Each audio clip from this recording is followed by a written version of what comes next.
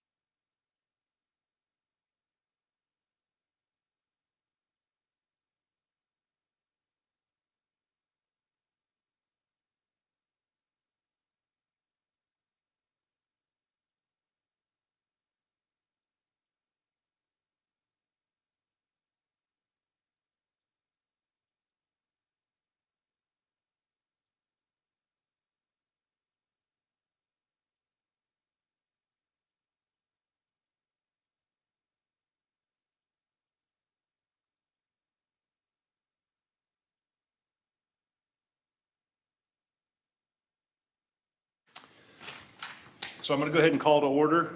This is the Design Review Board. It's a regular Design Review Board meeting of the City of Milton. I am Ken Warlick. This is a 7-member board appointed by the City of Milton Mayor and City Council, created for the purpose of holding public hearings and making recommendations. The Design Review Board reviews plans and makes recommendations to the Community Development Director for the developments, except single-family residential, in the form-based code and overlay districts. In addition, the Design Review Board approves or denies demolition requests and makes recommendations to the Board of Zoning of Appeals on variances. So with that said, I would like to ask everyone please to stand for the Pledge of Allegiance. I pledge allegiance to the flag of the United States of America and to the republic for which it stands, one nation, under God, indivisible, with liberty and justice for all. Great, thank you guys. I would like to introduce our city staff and board members. Jackie Jennings, CD staff. Rima Abdel Fattah, city staff. Michael Cardiman, city staff. Samia Coker, Cheltenham Walk. Ken Warlick, Hipworth Road. David Jackson, Bethany Way. And Danella, Haybridge Lane. All right, great. So moving on, we'll go to agenda 3 tonight, approval amendment of tonight's agenda. I'll make a motion to approve tonight's agenda. I'll second. All right, so we have a motion for approval and a second. All those in favor? Aye. Aye. All right, great. So moving on, we'll go to the approval of the meeting minutes from March 4th, 2024's Design Review Board meeting. I'd like to make a motion to approve the meeting minutes from March 4th. I'll second. All right, we have an approval and a second. All those in favor? Aye. Aye. All right, great. Moving on, demolition of structures, we have none tonight, so we're going to move straight into courtesy reviews. So 6A, which is V25-09, is 315 North Court. Good evening, board members. Evening. There.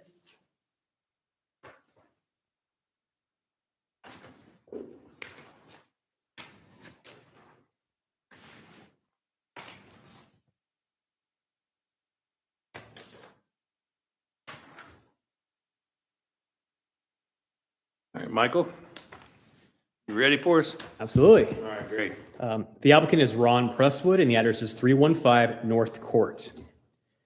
The applicant is seeking the following variances. Section 461B, UDC, to reduce the 7-foot minimum side yard to 4.47 feet adjacent to north property line, or proposed garage and shop addition. Section 461B, UDC, to reduce the 7-foot minimum side yard to 1 foot adjacent to the south property line, for a portion of existing shed accessory structure after partial remover. Section 461D UDC, to reduce the 50-foot minimum rear yard to 0.5 foot adjacent to the east property line for the remainder portion of the existing shed accessory structure after partial removal. Section 461D UDC, to reduce the 50 feet minimum rear yard to 12.7 feet adjacent to the east property line for existing cover grill and wet bar accessory structure. And finally, section 461D UDC, to reduce the 50 feet minimum rear yard to 11.1 feet adjacent to the east property line for existing cover patio accessory structure. Some background information on this request. The applicant purchased the property in September 2024. The applicant is requesting 5 total variances, 1 side setback encroachment variance for a new garage and shop addition, and 4 setback encroachment variances for the existing structures built by the previous property owner without first receiving community development approved building permits. The previous property owner enclosed the garage to make a second kitchen / interior renovation without first receiving a community development approved building permit. The current property owner and the variance applicant submitted a retroactive building permit for the enclosed garage work and received a community development approved permit on February 28th, 2025. And just to confirm, that is only for the interior work. No permits have been issued for the other work because they require variances. Here's an aerial.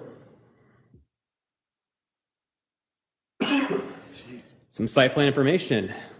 The zoning is R4. That minimum lot size is 9,000 square feet. The Arbor North subdivision was platted in 1996 under Fulton County, and the current lot size is 15,232 square feet. The front setback is 35 feet, side setback 7, and rear setback is 50. Here's the neighbor map and zoning. As you can see, the green is R4 zoning, which is the zoning that I described moments ago, and then the T4 open zoning to the east.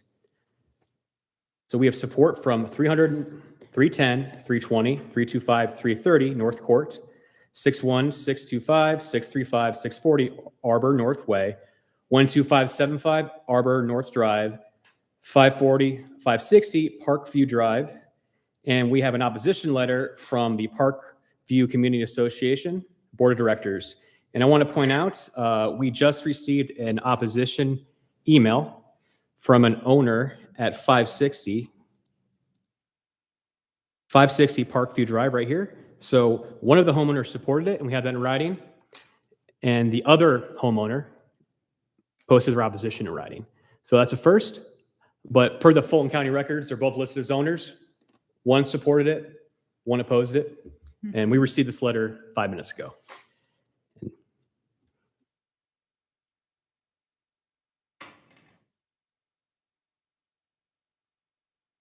And here's the signature for Mrs.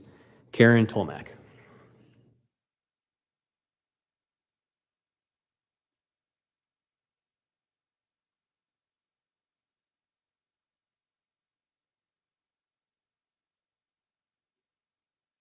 Here are the support letters.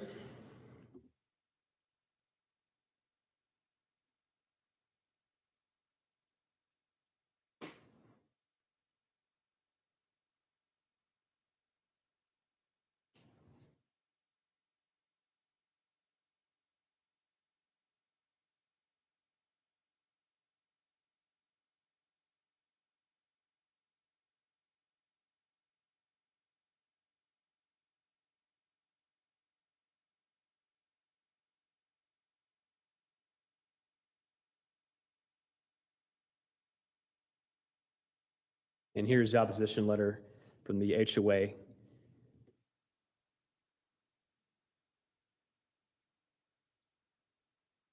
And you have a copy on the dais as well.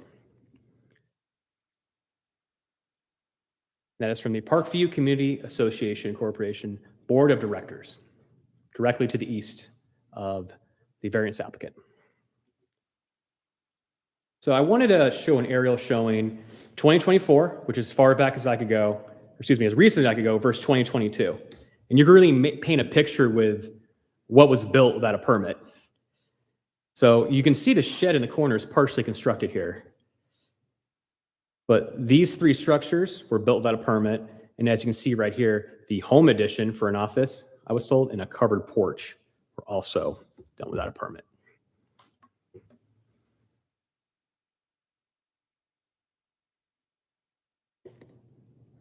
Here's the site plan, and I color-coded the different variance requests. So first, we have the proposed garage and shop addition in blue right here. This is proposed. And then we have the rest of the structures in green are existing. We have the existing porch right here, the existing office/home addition, the existed cover patio, the existed grill and wet bar, and lastly, the existing shed. And as you can see right here, about a fifth of it is over the property line, and they're proposing to remove a portion of the shed, so none of the shed is over the property line, because the Board of Zoning Appeals cannot grant a variance over a property line. Here are the elevations. This is the proposed rear, left, and front. The left elevation is where the garage addition is.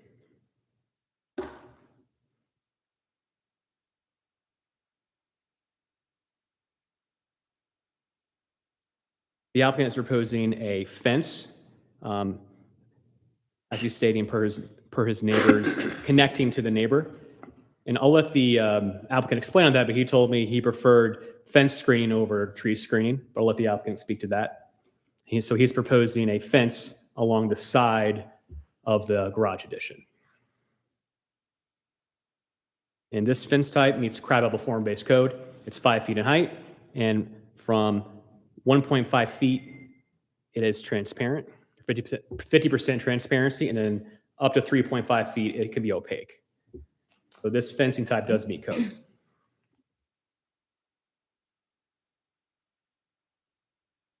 And this is the applicant's letter of appeal, which was in the digital packet that you all received.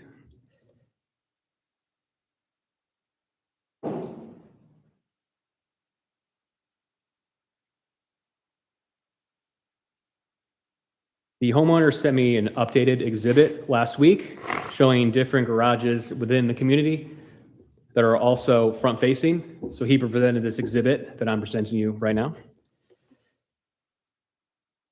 So these are other homes within the subdivision.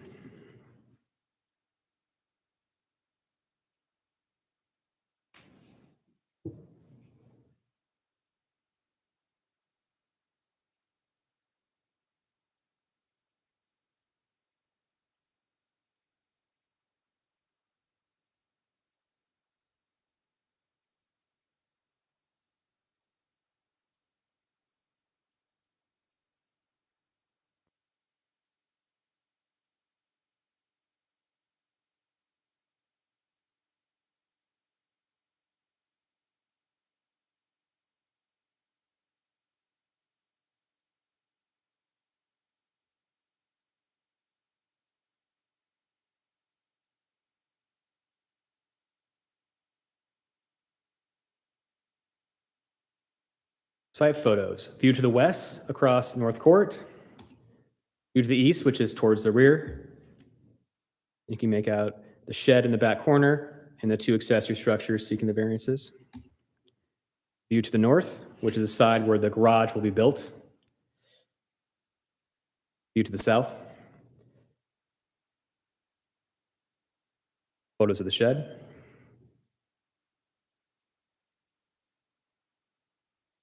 Covered patio.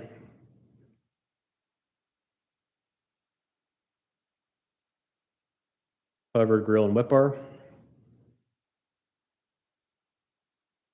And this is the covered patio right here that was built without a permit.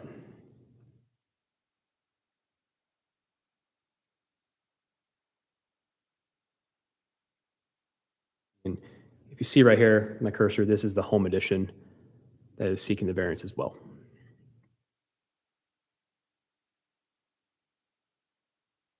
And this is the proposed area for the garage and shop addition. As you can see right here, they are a side entry garage and they're proposing a front entry garage.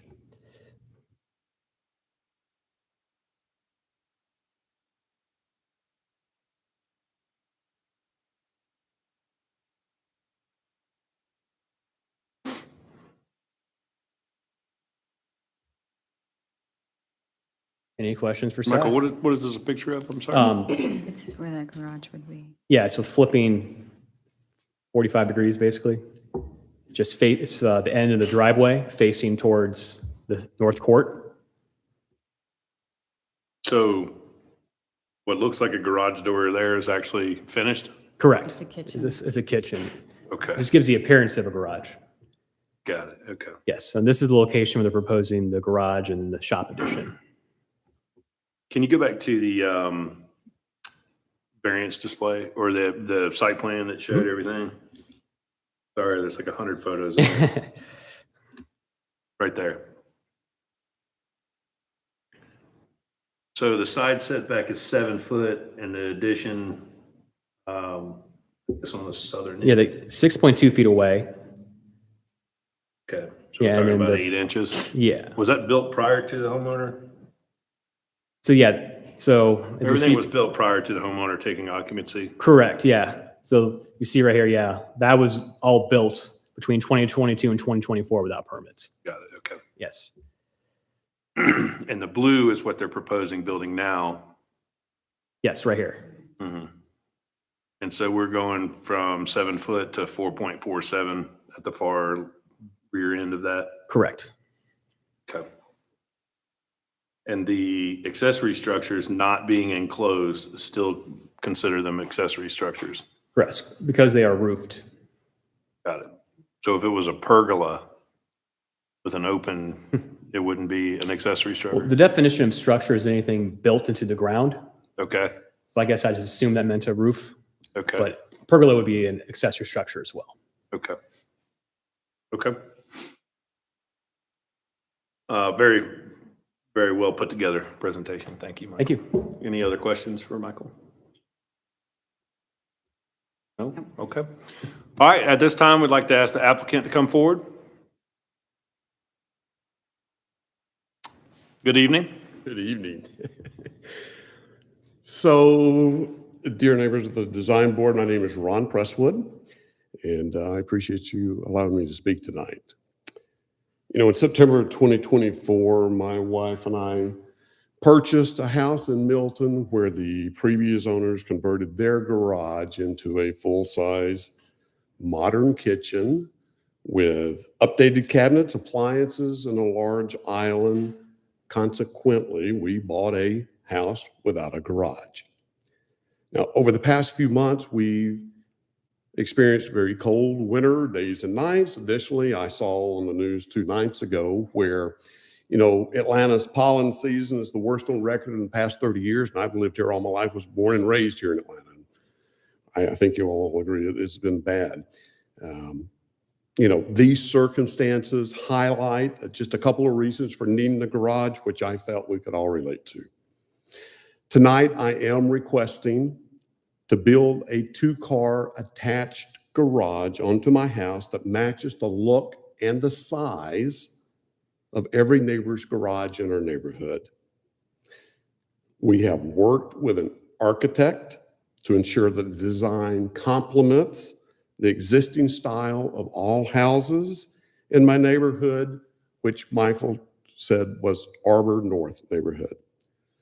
If approved, the garage will be brick on all sides, and in consultation with the city of Milton, we added shutters for the windows facing the neighbor most affected, which is on the side of the garage.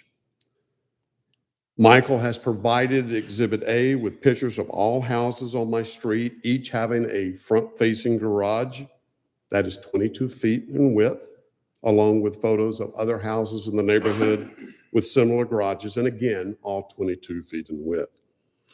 You know, the great news about this experience is that it has allowed me to meet my wonderful neighbors on all sides of my house. 3 or 4 of them are here tonight. And I want to say thank you guys for being here. Michael showed you the neighborhood map where all of my neighbors surrounding my house on my street and my neighbors behind my house have provided support letters for the garage addition. Now, obviously you saw there was a second owner of a house, which apparently has opposed it. Also, my neighbor most directly impacted by the garage addition personally shook Michael's hand in my driveway 2 weeks ago, told Michael he supports the variance for the garage, and handed Michael the hard copy of his support letter. And finally, it is my understanding that the board likes arborvitaes or other types of evergreen trees between the properties of neighbors when possible. However, my neighbor and I have a fence, which you saw in the picture, that separates our backyards today. And my neighbor has asked that an existing fence be extended along the side of the garage because evergreens grow and potentially could take up space in his yard. So Exhibit B, which is called the fence exhibit, clearly shows the drawing of the fence and will match the existing fence. So he is very happy. As Michael said, at 5 p.m. today, he did receive a letter from the HOA of the neighborhood behind me stating they oppose the approval because it has created a party pad backyard, causing not only visual plight to the association and owners, but persistent noise and nuisance problems. Let me just say that my wife and I are in our 60s, and we have not had any parties like that.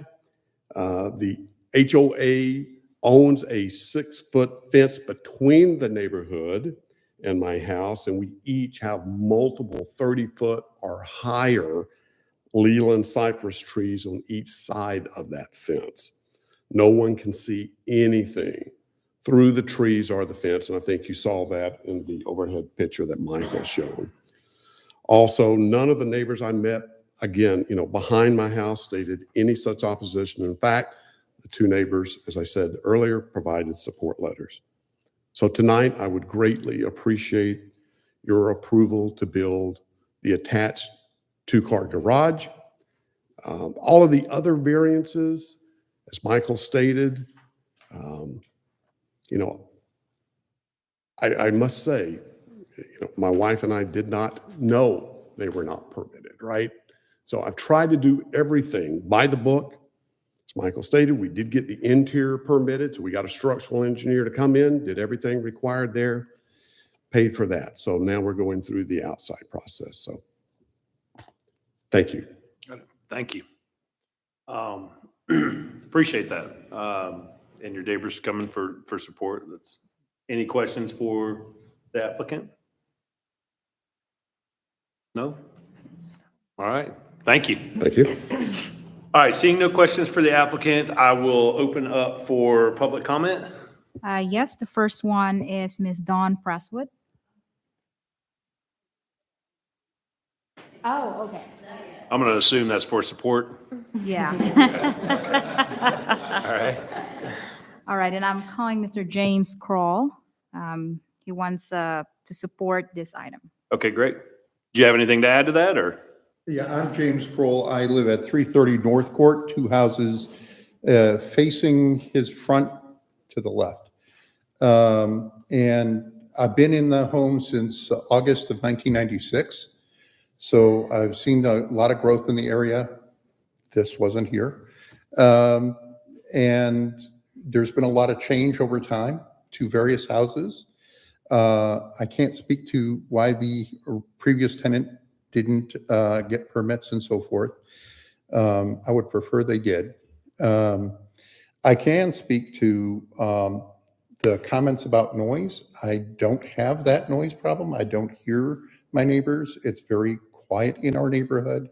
It's tends to be an older crowd in that neighborhood. There's a few children, but very few. And I've not seen parties or any late night activity that would constitute a disruption to the neighborhood. And so I'm very much in support of what Ron wants to do with getting his cars covered and having a place to work from. Great. Thank Thank you. you so much. All right, any other public comment? That's all we have. That's all we have. Okay, seeing no other comment, I will close public comment and open it up for board discussion. So I'm glad that we, really for the design review board, so we really will just make recommendations to the zoning board for you guys based on what we see with the architecturals, the drawings and stuff like that. So fortunately, that makes our job a little bit easier. So it's still a little bit more of a road for you guys to go through, but I think you're in the right direction. The fact that you have overwhelming support and have done the due diligence with your neighbors in the neighborhood, I think goes a long way. Unfortunately, we see a lot of cases like this where we have structures that were built by previous owners that weren't permitted, that variances. This is quite a bit. So you've got, 5 different variances on this one.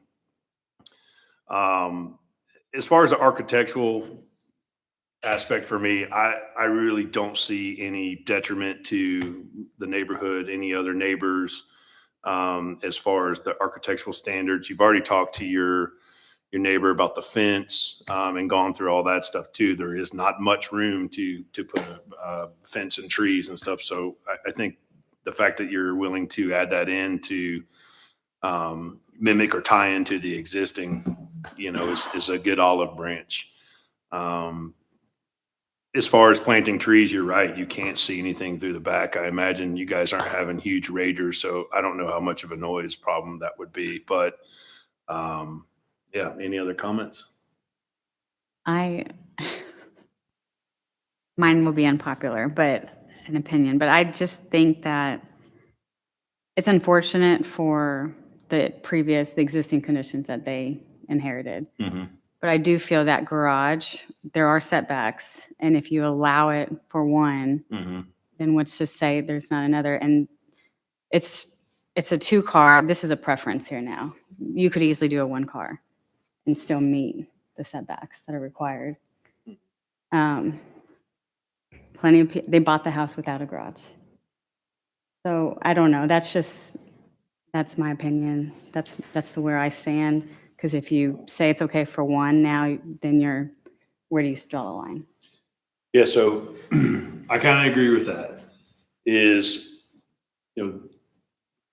Unfortunately, I think the 4 variances for the existing structures, obviously the portion that's over the property line, no matter what, that's going to have to be settled, right? The other ones, I would say, as far as the BZA, probably going to be a little bit more lenient on those as they will being over on this new addition that you guys are trying to do. So I would say one recommendation kind of to your point is there a way to do a 16-foot garage door, pull that in a little bit to where you meet in compliance? That's not something we can vote on. We can just kind of recommend that to you guys. I'm willing to bet that the BZA is probably going to want to see like an alternative exhibit showing maybe a 16-foot wide garage door instead of an 18, pulling that side in of the new addition that you guys are proposing on doing to where it is in compliance, at least on that addition. And then maybe they would have leniency on the other small portions, especially with so much neighbor approval. Is that kind of what you're thinking? Mm-hmm. I think the neighbor approval thing is huge, but the variances for the old things that weren't permitted, I think that's going to be tough to get those through. And they're going to have to get those through before the garage is built, correct? I mean, do the variances, are they all one or nothing? Or can they approve some and not approve others? The latter. So we can't issue a community development approved permit if there's a non-conforming structure. So if Right. 3 out of 4 of the existing structure variances are granted, he would have to demolish or seek a demo permit, essentially, or appeal to Fulton County Superior regarding if one wasn't approved. So that would put his permit under hold until we have a compliant property. Michael, I feel that this has become more and more common, or we're seeing a lot more of this. Is there a way when you're buying a house that does the owner have to disclose any of that? That they've built structures without permitting or anything? Not a real estate agent, but I will say, to my knowledge, you are required to provide Okay. what's compliant on the property. If you finish a basement, if you do an addition, and if you sell a house on false pretenses, there's some legal course there. But that's out of our purview. Yeah, I know. I was just wondering if Yeah. this is. I don't want to get into that. And I didn't really want to get into it either because, I mean, we're here for the design portion of it. Yeah, That's so let's, true. let's, That's true. Looks good, Okay. yeah. but I'm just wondering because we see it. I more and reckon more. we do have to make a recommendation to the BZA. Mhm. And could we make a recommendation on the design side? Yes, that's But- essentially what we're supposed to do. But not the variance and conforming of the, Yeah, our Existing. recommendation would be that we are in approval of the provided exhibit for the architecture, the fence, Mhm. and so forth, and that's it. It's up to the BZA to actually approve or deny these, right? So can we recommend to explore options that are compliant within the existing setback? Yeah, and I would probably leave it pretty vague like that, because I imagine that the BZA is the BZA is probably going to want to see that. So, May I speak one more time? yes, of course. I appreciate your comment, but the reason I showed all the pictures of the neighborhood's houses because they are all 22-foot wide garages, right? So as you can imagine, Ken, you're right. You could put a 16-foot door in, but you're talking about a 20-foot wide garage or an 18-foot wide garage. So a one-car garage is going to look very out of the ordinary in a neighborhood like Arbor North. It's just not going to be compliant with all of the other houses in the neighborhood, right? Yeah. I mean, No, we've got, I agree with you on that. right now, But- the existing garage door, all of that wall is going away, right? The garage is facing the neighborhood. I mean, I'm facing the street, right? Mhm. It's the same width as all of the other houses in the neighborhood. Yep. So I do understand where you're coming from, but I just think a one-car garage on a house is going to look very strange and No, I totally agree with you. I actually, so you can get, I believe if you pull up the plans again, Michael, you've got 23 foot from inside of the existing, or 22 foot. Is that correct? The 22 foot of an addition. And I believe I saw somewhere that it was an 18-foot wide garage, two-car garage door. correct. But they also make a 16-foot wide two-car garage door as well. Not ideal, but what I'm saying is instead of 22 foot and make it 20 foot and do a 16-foot garage door, it'll pull it in a little bit. But again, as far as the architectural that you have submitted, I think this Right. board is in agreement that we have no problem with that. Right. So, that'll be for the BZA. So I don't think we're really going to be making any kind of recommendations to change the exterior or change it. I'm just telling you, I'm pretty sure that the BZA is probably going to ask if there has been an alternative measure or if there is an alternative plan that you guys could build this where it doesn't need to go over those setbacks. That's more of just us recommending to you before you go to that BZA is to make sure you have at least an alternative for that. Okay. Thank you, Ken. But as the design board, you're suggesting that, again, the garage, are you saying that we should shorten the width of the garage? You keep saying 18-foot versus 16-foot garage door, but are you also stating the garage should be smaller in width from 22 foot to something less? I'm just saying, instead of 22 foot, which gives you 1.29 feet over the front setback or over the side setback in the front, by making it 21 or 20 foot 6 inches, you will not need a variance for that addition. You can still do an 18-foot wide garage door and just do a 16-inch jam on either side of that, right? And so that would take out basically 1.29 feet out of your 22-foot addition that you're trying to do. Again, just a recommendation. I think it'll look the same whether it's a 18-foot wide garage door with 16-inch jams on either side versus an 18-inch or an 18-foot wide garage door with 2.5 foot on either side. So I think we'd all agree, though, we can't get an F-150 and a four-door sedan. no, I that drive a size. 250 and I've yet to be able to park into a garage. So I feel your pain on that one. Yeah, So that was it, right? Architecturally speaking, I think we're all in agreement that what you have presented looks good and it looks very similar, if not identical to majority of the other homes in the neighborhood, right? But as far as the approval of the variance, that's not for us to decide. That'd be the BZA. We're here just to strictly comment on that. And that was more of just a recommendation to you guys. I don't think we'll make that recommendation because it's not architecturally speaking for the BZA. thank you. Okay, thank you. Any other comments?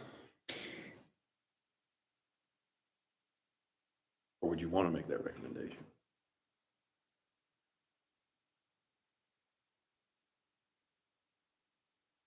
Yeah, I'm hesitating to speculate what the BZA would do with Yeah. this.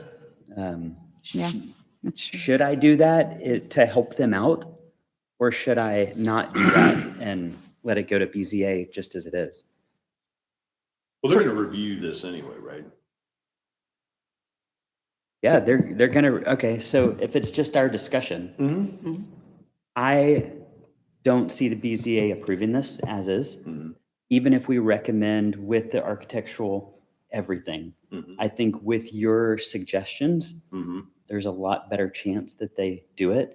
But I think there's so much involved that the BZA would hesitate allowing the garage addition when everything else is out of compliance. That's Yep. just my. You mind if I say watching something real those quick? videos. I just want to point out, size and scope is certainly architectural. So if Yeah. you believe a smaller garage would be more in cohesiveness, that is certainly a comment you can make. But I'm thinking more of the precedent that it's setting. Yep. And, That's what I'm. and the BZA is what is it, quasi-legal or I don't know what they, Quasi-judicial. yeah, quasi-judicial, that if they start approving things that are over property lines that much, then we have to do it for everybody. And that's what I think that they're going to get into. So. I just want to correct the wording there. The property lines are the variance. Well, it's in the Setbacks. setbacks, Setbacks. sorry, yeah, in the Yeah, you're setbacks. correct. Yeah. Setback. is it worth recommending any sort of screening on the right side of that property where that addition is? That looks like an addition. I believe that. I right don't- side.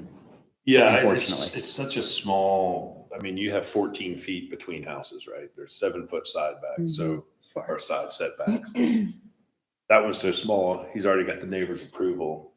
I think that because you have such a small side setback, that would almost be something you would need to. I would feel bad recommending that because then that essentially at some point will encroach on the neighbor's property. Sure. No, Being sorry. that close, right? I was talking about on the right side of the property when you're looking at the house, the addition of the porch, Mhm. that the picture from the side. That's up to you. I think because he has the neighbor's compliance, I mean, Sure. Unfortunately, the previous homeowner did all this. yeah. Yeah. So what other discussion? Tough because we see more and more of these, right? I know.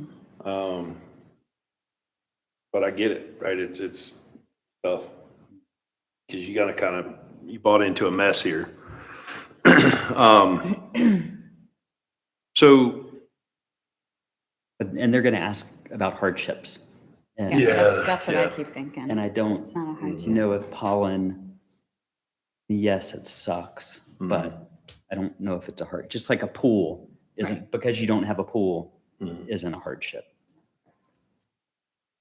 The property was bought as it Right. was. It was known going into it. It would not have a garage. Right. all right, so do we want to recommend to the BZA? Do we need to do it for each variant? We don't need to do it for each variance, do we? You could do a group one for existing and a group one for proposed. All right, let's do this. So let's talk about the existing. Here's with the existing. Well, they're already, the one that's over the property line, they're that's gonna have to- modifying, Yeah, that has to. which is unfortunate that that's their expense, but I wouldn't, if they came to us with these and asked for these variances and they hadn't done any permits or they hadn't done any work on it and they were requesting the variances, I would not recommend it because they could have done it different and not needed variances. So, The previous one? yeah, the previous owner, Oh, got it. yeah. So, But this is this owner. right. Fortunately, though, I think that's usually the scenario in this case. This was A previous owner. yes.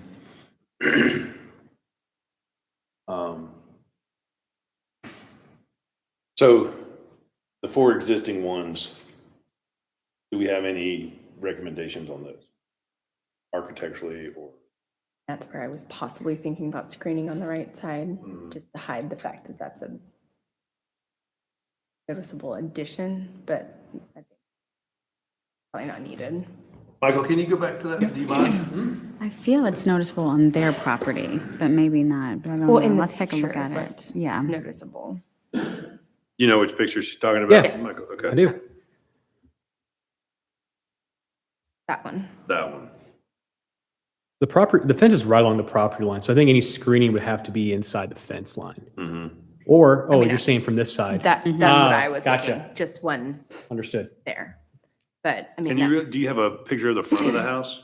Can you really even see that? Or, I mean, I guess it, Not from the front, but yeah, I have every picture but that accordingly. it's fine. I mean, that would literally be my only suggestion. It does stick out, protrude a few Well- feet from the side. But just barely, right? It's Sure. a few inches. is there a gate on that side to the fence? Not a gate. There's not a gate. Okay. Totally enclosed. It's just unfortunate. The roof line doesn't even match. Yeah. I don't think there's a need to recommend any screening on that side. Yeah, that would literally have been my only recommendation for any of the existing. But Okay. even that, I don't think is necessarily. Okay. the part that they're going to demolish, can we take a look at that? Sorry. Is it a shed? Oh, Yeah, you can't see it from here. It's the back. Okay. I try to get back there. So but they're just going to keep it the same, just kind of lob it off and, well, part if that's they over the get prop- the variance approval. yeah, if they keep, yeah. Yes, If they don't get the variance approval, then the whole thing's got to go? correct. Or appeal to Fulton County Superior. Ah, What was that or what? Appeal to Fulton County Superior Court. Denied variance can appeal within Got it. 30 days, Fulton County Superior. okay. I talked to the builder. The builder has said it would be, because of the way the roof line is, this would be easy to Mm-hmm. remove. Yeah. So everything will be inside the property line, of course. Inside the fence now. No, my neighbors behind me didn't even know the shed was there. Right. Yeah, it's, Can't see anything. Got some. that's the thing is typically in this situation, we'll, recommend do some plantings or something like that, but you Very can't even rare. see it, right? So I think we're in agreement there. Okay, so then for the 4 variances, I think we're good, right? I have no Okay. recommendation. So it's just a 1. And again, this is going to be architect speaking. I think, Michael, can you go back to the building plan real quick? The elevation? No, I'd like to see The the, site plan? yeah, there we go. Did we have construction drawings in our, Yes, there Here, were our actual packet? plans. What, these? And then I know there was a floor You plan. want a floor plan? too. Yeah, that's at the end. okay. Got it, Oh, okay, yeah, got it. that's it. And there's no way to zoom that in? So it's 22 foot wide, right? 22, yeah. I could try to. And then back where the shop is. And there is no shop, I want to be clear, unfortunately, my surveyor just heard me say one day, I'd like to have a tool shed shop, and he put shop on there, and it's been run with it ever since. Yeah, no, that- Anything like that, it's gonna be a place to store tools. 22 by 58. Okay. So yeah, see the 18 by 8 overhead garage door. Go down a little bit if you don't care, if you don't mind, Michael. No, up, excuse me, sorry.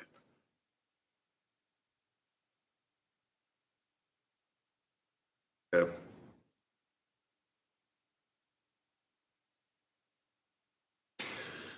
So I guess, do we want to, I think make a recommendation to explore an alternative where it's just, and again, this is just for us to help give you guidance on what we think is going to help you further succeed in what you're trying to get, okay? So,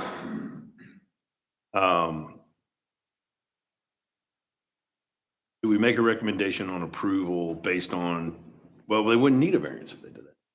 No, they're still going to need a variance on For the, all the everything in the 4, back. but we Yeah. have no, For everything we don't else. have any recommendation on that, right? So then technically it doesn't need to be a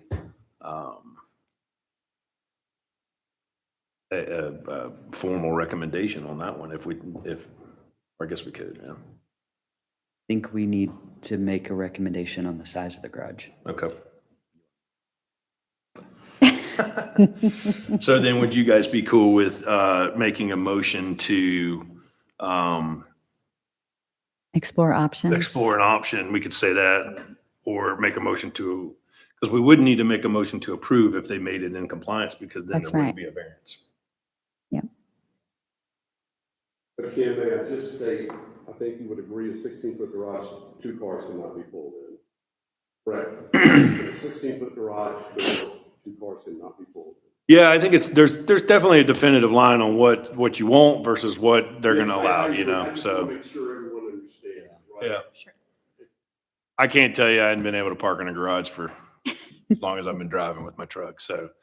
And my wife takes up the entire garage with her Suburban, so.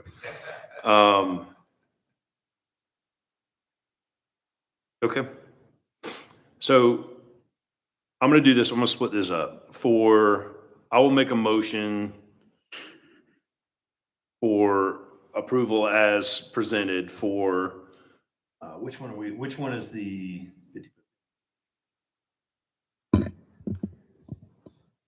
461B? Yes, South property. That's the remaining portion. No, that's existing shed. You could just say for existing structures. Yes, so I'll make a motion to approve the variances for the existing structures as presented. But for the variance for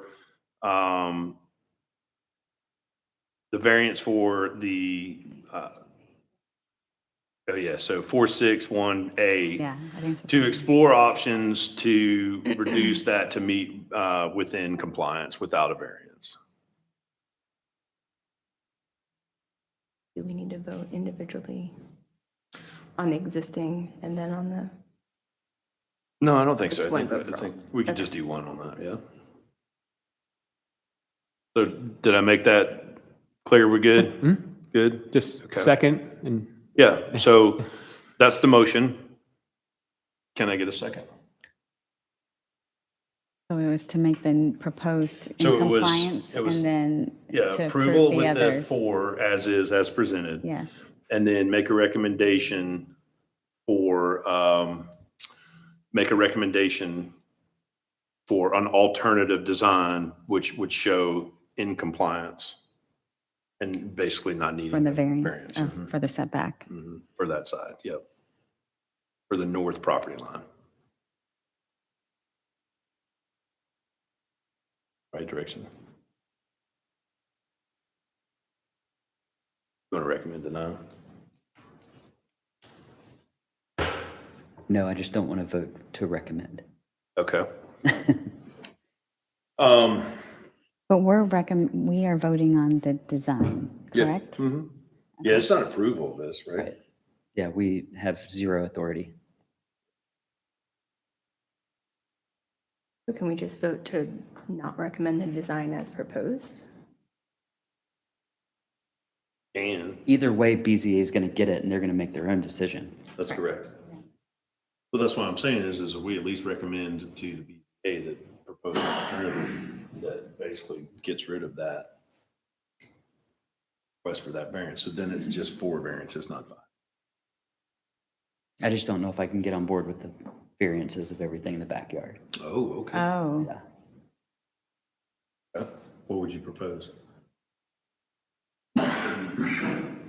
Wouldn't grant I wouldn't grant the variances because I think there's too many of them. And if we didn't grant variances, it's not like they have to tear everything down. They just They're can't, just non-conforming. they can't add the garage. no, they would they would have to. they have to show a plan to remove the non-compliant structures within a timely manner. Yeah. Then they go to court if they didn't give us a plan. Is it That sounds mean. It's life. one of the structures in particular or just all of them as a group? I wouldn't want this same plan to come in front of us next month and we deny it when we had just said that it was okay. That's what I'm worried about. For new construction. Right. Are there any of the existing structures you would approve? Can we individually say we approve these ones, but not this one? I think the shed in the back is the most egregious of all of them. Of course, yeah. Even if they do cut off the 2 feet, it's still so much in the setback on both setbacks. Yeah, I mean, that's where you're supposed to put a shed, is in the back corner of your lot. But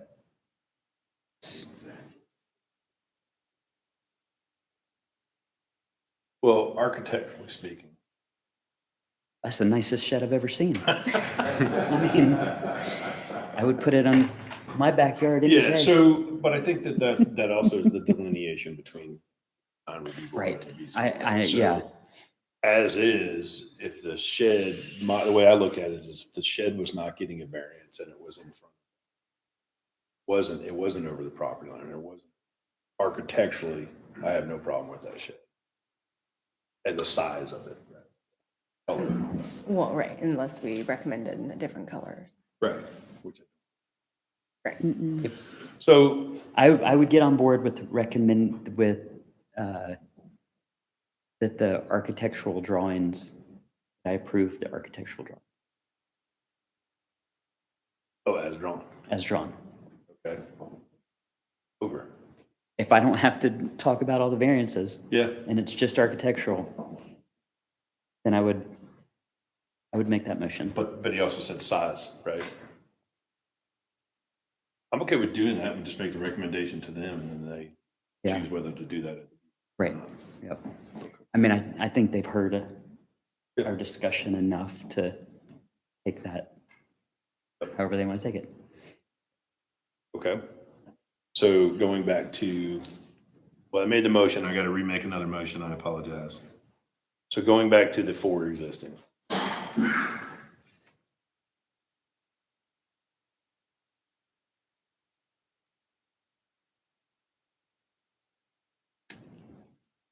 I'll just make a motion and then we can vote if we got to, okay.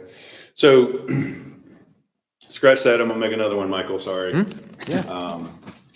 But I do think it's important that we discuss this and go over this because we're continuing to see more stuff of this. And this is not singling you guys out by any means. It's just becoming more and more and more of a common occurrence where it's, oh, we didn't know and this and that. And so I think we've been pretty lenient because for me is if I was in the same boat, I would want the same thing, right? And anyway, it's just a process. So I'm going to make a motion that architecturally speaking, size, shape, form, color of the 4 existing structures and the variances that we are in approval of those. And for the proposed building, we are in approval of the architectural drawings, format, color, layout, but would recommend an alternative proposal that brings that in a little bit to make it to where the variance is not necessary or in compliance on the northern property line.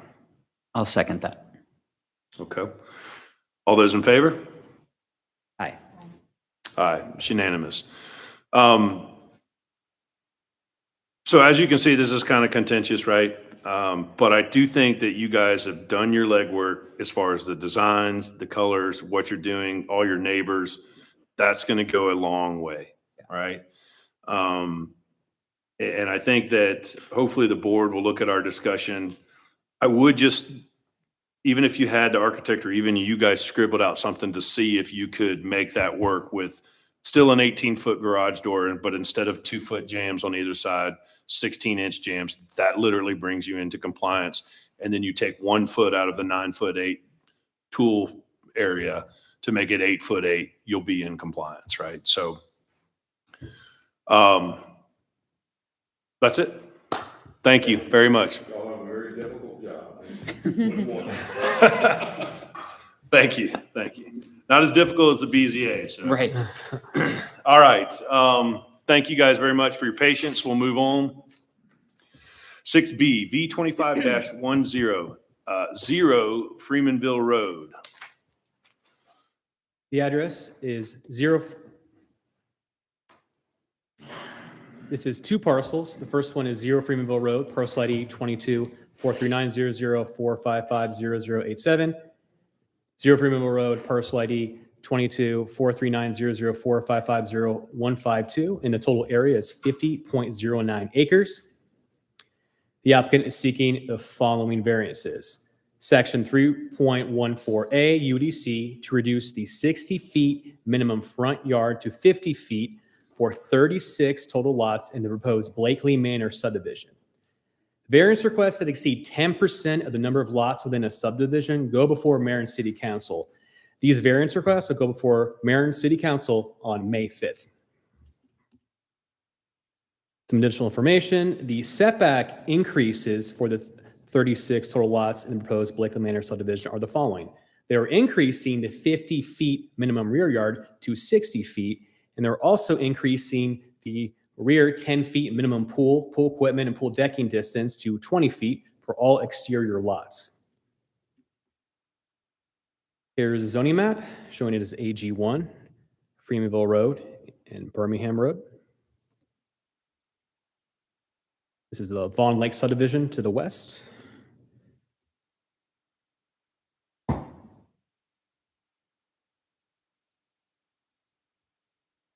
Here's an aerial showing the lot layout as well.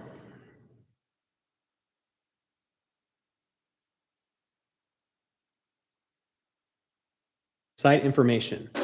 The zoning is AG1 with a minimum lot size of 1 acre. And again, this is the proposed Blakely Manor subdivision with a total of 36 lots for 50.6 acres. And it's currently in the LDP stage. Existing setbacks are in black, so 60 existing, proposed 50. Side setbacks are remaining the same. And the rear setback is increasing from 50 to 60 feet. And the rear pool setback is, for exterior lots only, is increasing from 10 feet to 20 feet. You can see from the overall site plan, just the exterior lots. We'll be proposing the pool variance. Excuse me, pool increase. That does not require variance. So I wanted to put the existing and proposed side by side. For existing, we have the 60-foot front, 50-foot rear, 10-foot pool. They're increasing the distance of the 10-foot pool setback to 20 feet for exterior lots only, and they're pushing the setback 10 feet in to make it a 60-foot rear, and they're pushing the house essentially forward to reduce the 60-foot front setback to be a 50-foot front setback.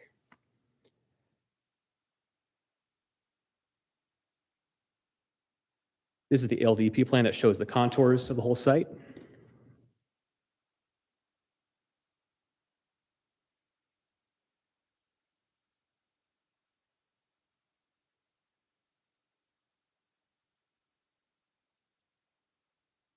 Here's the overall subdivision showing every lot with the variances.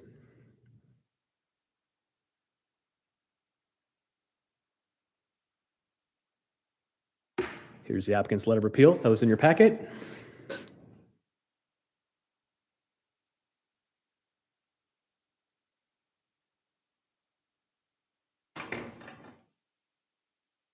References to other CUP developments in the city from the applicant.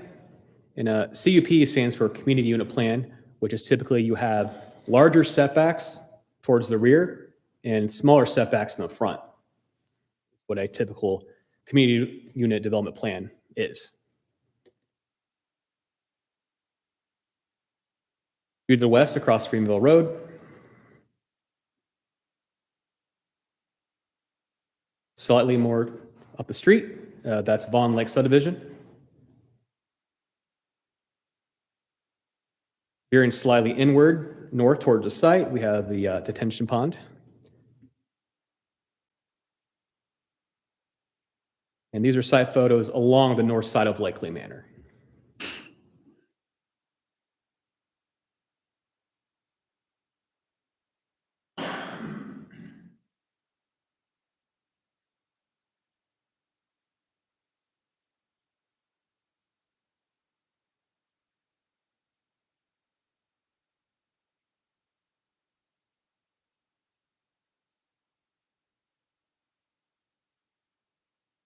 Site photos to the east side of Blakely Manor.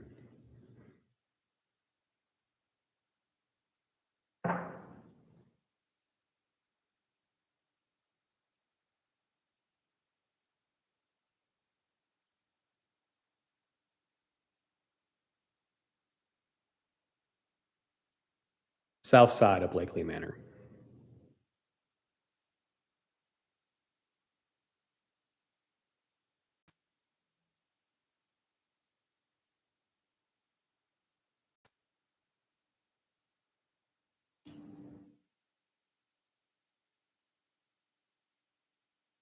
Any questions for staff? These are beautiful photos, Michael. Compliments of Mr. Scott Reese. Any questions for Michael? No? All right.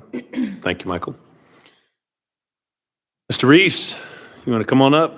Do you have anything to add to Michael? Coloring the lines. Mr. Chairman, members of the board, I'm Scott Reese, Brumlow Reese and Associates, doing business at 13685 Highway 9, Milton, Georgia 30004. Here tonight representing Chatham Neighborhoods, the Blakely Manor subdivision. This is the first subdivision that we have done since the ordinance change from 100 feet of lot width to 150. So I'm sure you're all stellar mathematicians. So 43,560 divided by 100 is 435 feet, and divided by 150 is roughly 300. So you can see that the depth of the lots changed roughly 120 feet. Sometimes unintended consequences. It really didn't. I was fully on board because of the size of the houses to increase the lot widths. I think it's a very good idea, but we do have less backyard, and the houses keep growing, and everyone wants pools.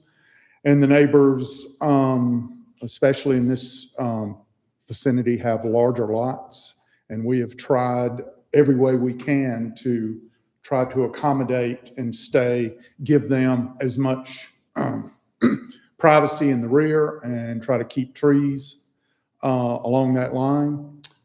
And as much as we did not really want to propose variances, we feel this is the best solution for the situation. Bear in mind, we are not increasing our density. We are not increasing our buildable area.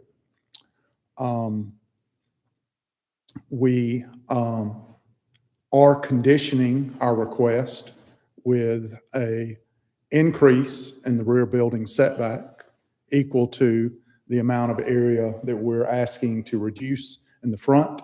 And we are also proposing the condition that the pools and the associate construction with the pools be required to be 20 feet from that rear. So we feel like that this proposal has many positive attributes and few, if any, negative attributes. Also a side beneficiary by, if we pull the houses forward, every lot we're going to have a decrease in impervious area that causes less stress to our stormwater management system in the city. So not to toot my own horn, but I'm going to go ahead and say, I really think this should be a system-wide on interior lots. We're not proposing this for along Freemanville Road. This is interior lots on a gated private community. So to be offended that the houses are closer than you would think to the interior street, you'd have to be invited to the neighborhood.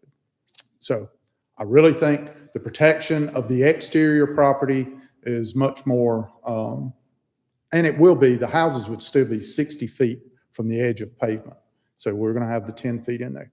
And I don't know if you paid attention to the CUP neighborhoods, but along Freemanville Road, we have the gated part of White Columns, Kingsley Estates, and Triple Crown, all that have a maximum 40-foot front building setback. White Columns has a 25-foot front setback. And I just really think this is a win-win in this situation.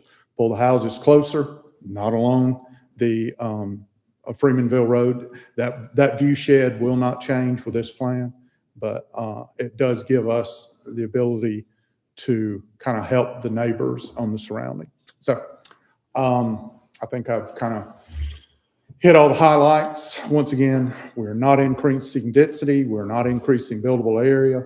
We are swapping the front building setback with the rear and giving more privacy and setback for the adjoining properties. I will gladly try to answer any questions you might have on this. Thank you, Scott. Any questions for Scott? No? All right, thank you. Seeing no more questions for the applicant, I will open up public comment. We have none. We have none. I will close public comment. Board discussion?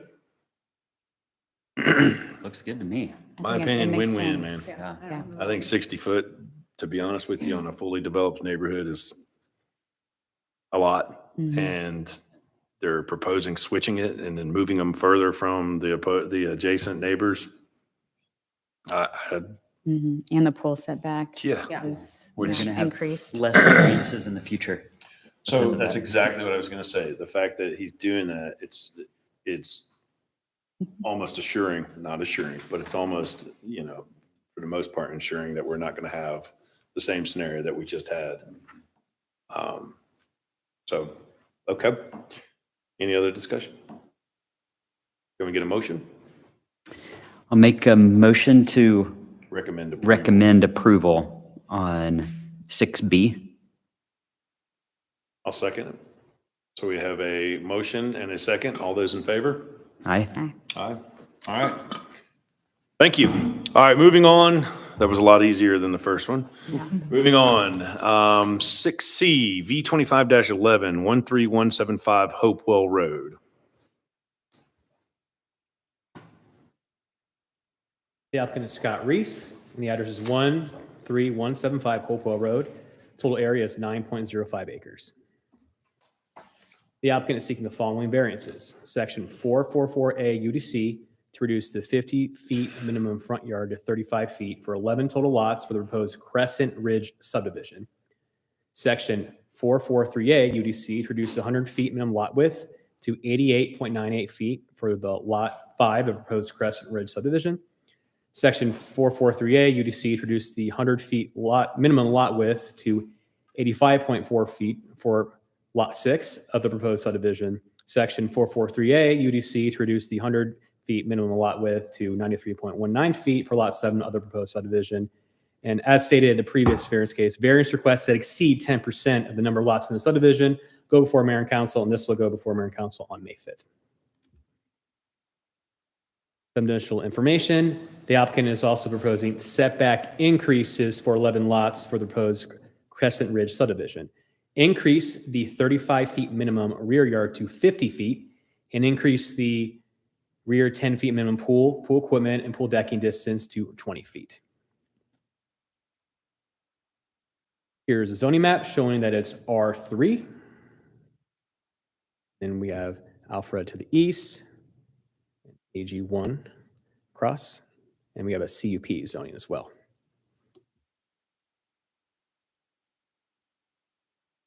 Here's the zoning map, the aerial map.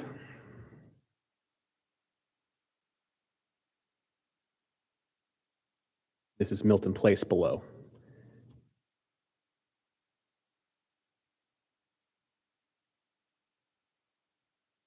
As you can see, there is a connection to the existing Milton Place. So I did some research on this, and Milton Place was rezoned under Fulton County in 2003. And one of the conditions of approval was interparcel access to the north. So that is why you see that connection to the same zone property to the north as Milton Place right here.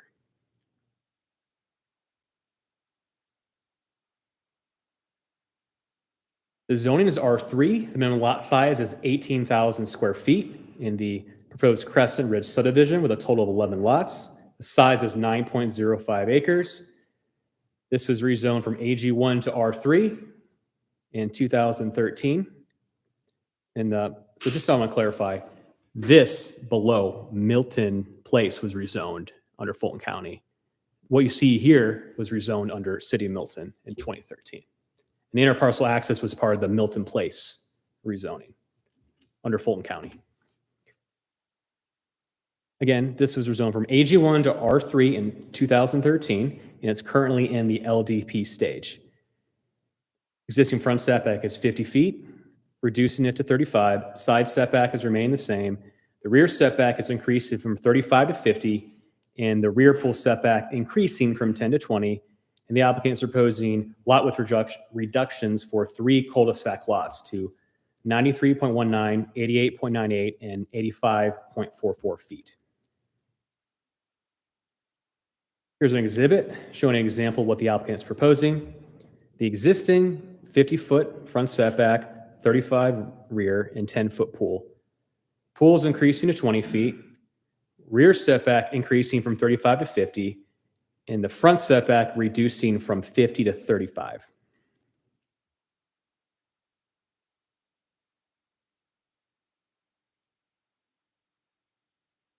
Here's the LDP showing the contours of the property. And you can see the contours are more heavily skewed and closer together along the cul-de-sac lots. And I believe that is because they're vicinity to the stream back here.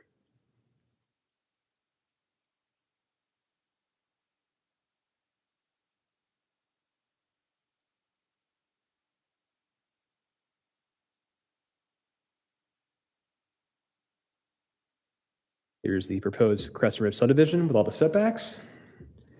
And these are the 3 lots seeking the lot width reduction. And lot width is at the building line, essentially. So instead of 100 feet, they're proposing 93.19, 88.98, and 85.44. So when they pushed everything more forward, that impacted the building width, essentially.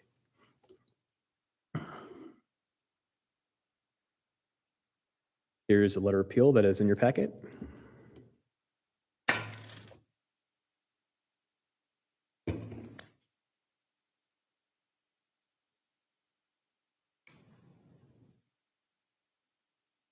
View to the west, across from Hopewell Road.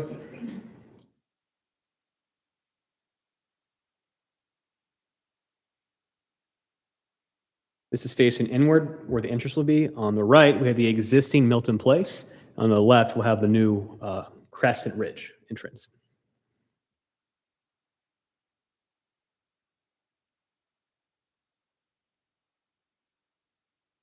Site photos on the north side of Crescent Ridge.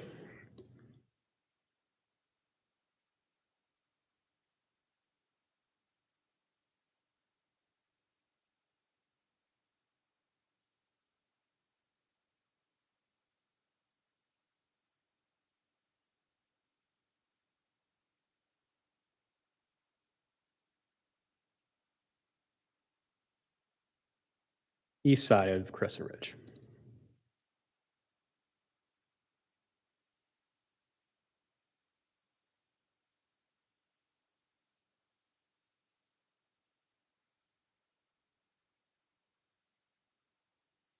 South side of Crescent Ridge.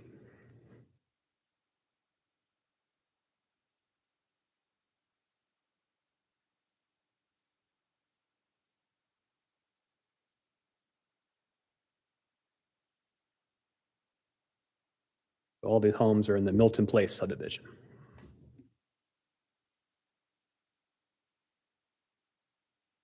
And you can make it Hopewell Road from this shot. Any questions for staff, or call up the applicant? I have a question for you, Michael. What are the current front setbacks, rear setbacks in Milton Place? R zoned R3, I'd have to pull the plat, but I would suspect they're the exact same because they're both zoned R3. So 50 foot, not 33? If you give me a second, I can literally pull it up. I'd love it. Yeah, Yeah. absolutely. And the only reason that 5, 6, and 7 are going from the 100 foot to the 88 and 89 is because requesting moving them closer to the street, which is moving them away from the adjacent neighbors, which is moving them away from the stream. Is that I correct? printed this. Correct. Yes. Okay. Stream in the top right corner. I guess I could ask Mr. Scott.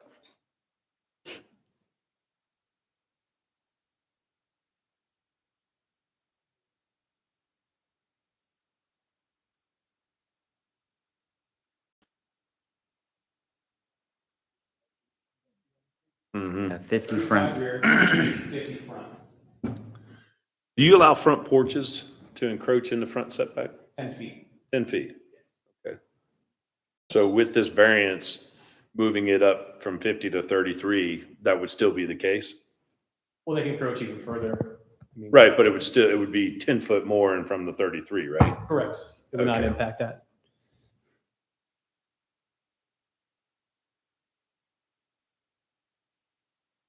Okay.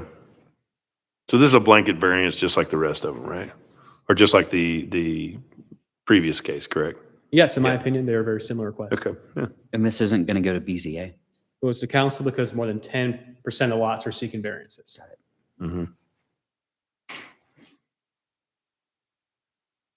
Okay. Any other questions for Michael? No? All right, thank you. Scott?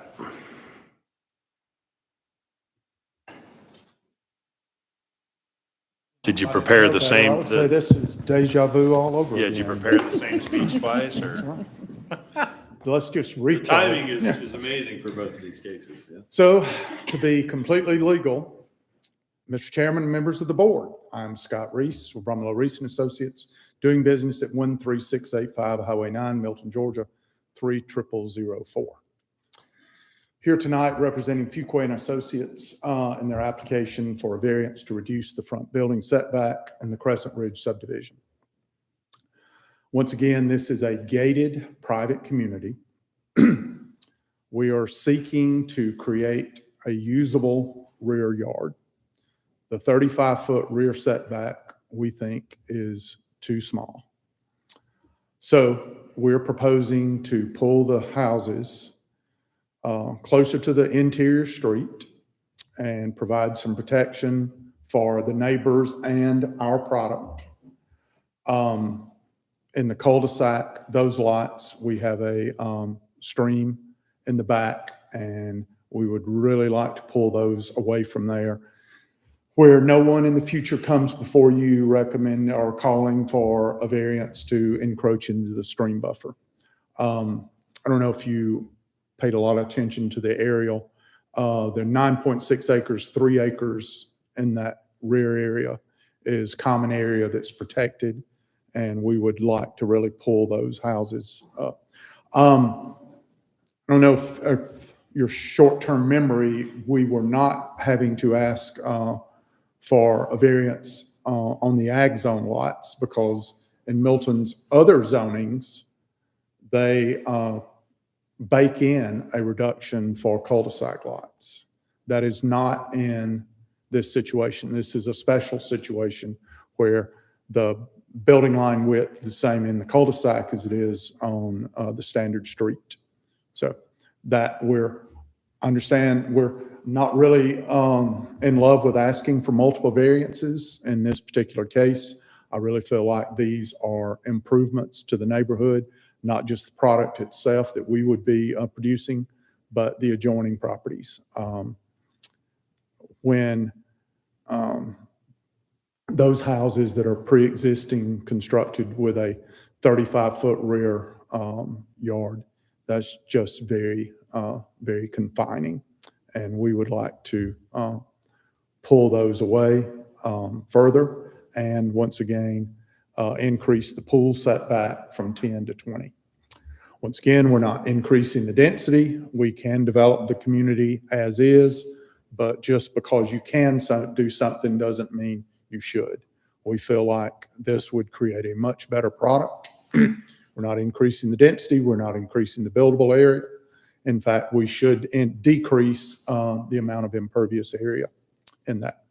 The cul-de-sac lots being the special case, reducing that in. I think the benefit for to stay away from that stream buffer as far as we possibly could is self-explanatory. Once again, I just can't think of any negatives to be associated with these variances. We're not changing the viewscape along Hopewell Road. We're not proposing reducing those setbacks. It's for the interior street inside of a gated private neighborhood. I just really don't see any negatives for what we're proposing. I will be gladly entertain trying to answer any questions if you have those. Thank you. Thank you, Scott. Questions for Scott? No? All right, thank you. At this time, I'll open up for any public comment. We have none. We have none. Okay, I will close public comment, board discussion. What's the percentage that they don't have to come to us for a variance? Is it like a 10% that the city can grant? A 10% reduction in setback is administrative. Okay, We send letters to neighbors and they have 15 days. okay. Always forget that number. Very similar situation. I mean, if you looked at the pictures of those other houses, they're so far back. I think less of a front setback and more of a rear setback for adjacent. But that is a win, especially when they're all similar and like houses in a good. I do like the idea of the cul-de-sac lots, pulling that forward. I get the whole 88-foot versus, because it's the radius versus pulling those forward, to help to where there won't be any structures built later on in this stream buffer or anything like that, to give them plenty more room. So for me, I think this is very similar to the case before, to where it's a betterment of planning and giving up the rear, or giving up the rear to accommodate for the front, or vice versa. And that cul-de-sac is away from Hopewell Road, That's correct. so The way back. nobody's ever going to see it anyway. Yep. Okay. Any other discussion? About a motion? I can make a motion. I'd like to make a motion to recommend approval for 13175 Hopewell Road as presented. I'll second. All right, so we have a motion and a second. All those in favor? Aye. Aye. All right, it's unanimous. Thank you so much. Scott. All right, thank you everyone for your patience. We're trying to get through these. Moving on, seven, final reviews. So we have 7A 12930 Highway 9. Michael James, remodeling office, building review. Take. Go ahead, Jackie. It looks like we have some technical issue. Okay, there we go.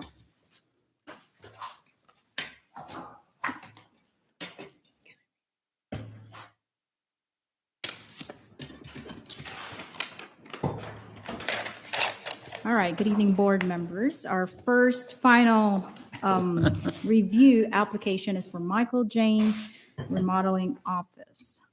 So the applicant, Mr. Michael James, is requesting a final review of building design plan for an existing office building located at 12930 Highway 9. This 1.43 acre size of lot is zoned T5 within the Deerfield form-based code. Currently, the existing use is office building. Site map to the left shows the subject property outlined in red borders. This aerial map shows the view of the building location and its surroundings. This is predominantly a commercial area with some residential areas to the northwest of the subject property, which is so this ranch-style building was built in 1985. Total size is 4,208 square feet. It has 9 parking spaces, which includes one 8A parking space at the front of the building. The exterior building materials comprise wood siding, shingle roof, vinyl railing, vinyl post, stone water table at the lower right corner of the facade, aluminum and vinyl windows, as well as wood trim. So this is the existing conditions. You'll see the building footprint here, the parking lot right in the front, and abuts Highway 9. There's an existing sidewalk on this site.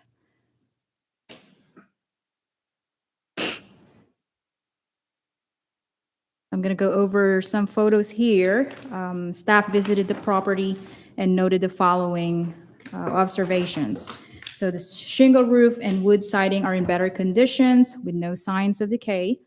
The porch has old wood that shows discoloration and unevenness, including the staircase. So it looks like there's one of the photos here show 3 different materials. You have concrete, you have a wood panel, and I think this might be an OSB or plywood. But as you can see, a lot of discoloration. It's here, I want to show you different kinds of window. To the left, you have aluminum windows, and the right, which I suspect are new additional windows in the garage. So these are vinyl windows. Also, these images show you the siding. As you can see, it's in very good condition. I don't see any decay or any chipping sign of, overall just not in good condition. And as well as the stone water table. Here's another elevation that shows the siding. And I just want to point out, look at all the windows. They're very dirty. It really calls for a change on those windows. And just below the siding, you'll see some mud splashes, which can be easily cleaned. This is the back elevation. Again, the only thing I see here is, aside from inconsistent window types, you see a lot of this mud. And here's the image of the current deck. Here's a side elevation. You'll see here is the existing ADA ramp.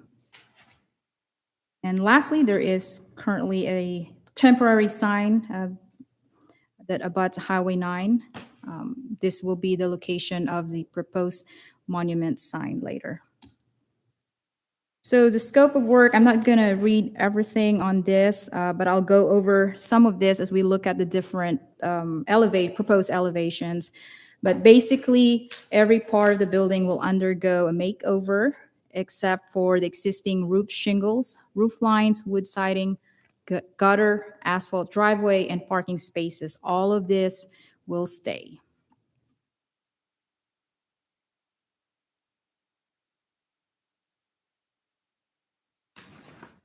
Let's look at the existing site plan. The only 2 additions here are the 12-foot wide gravel drive that connects to the parking lot, and then the monument sign. All right, let's look at the proposed elevation. This is the front elevation. Here you'll see the proposed siding, painted siding. You'll see wooden lintels, some brackets, of course, post and railing. They're all rough sawn.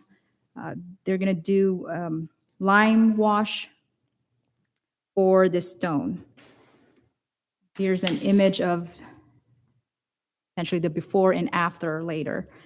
So it's a big change. You'll also note some other architectural elements here, like the lighting. They've added also, or they painted the trims with a different color and added this French door, which will serve as the entrance to the building.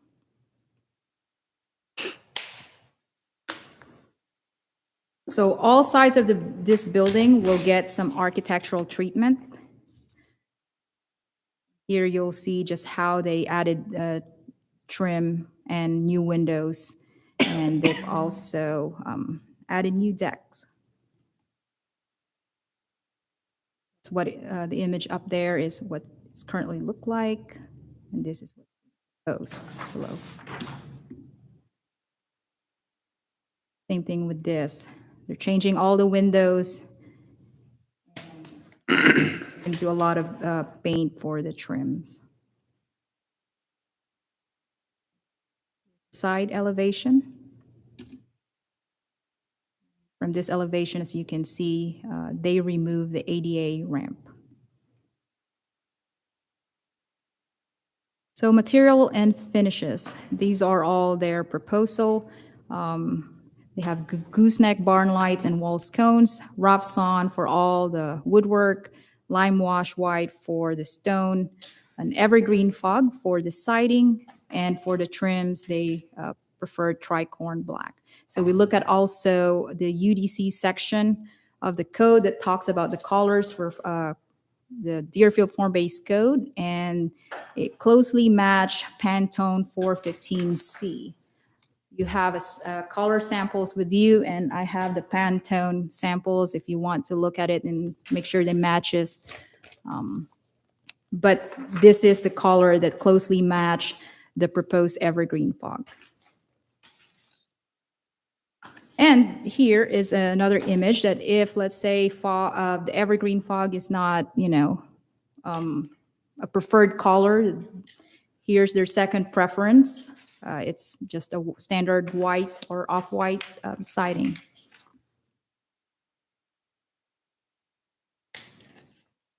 So in your staff report, I've outlined all the standards and the proposed renovation. So far, we look at all of it, and the proposed style is consistent with the Deerfield form-based code, especially the architectural standards. And the architectural style that they have complements with the overall style of the Deerfield district. So therefore, staff recommends approval of the building plan for exterior alterations or remodeling as presented with the following comments.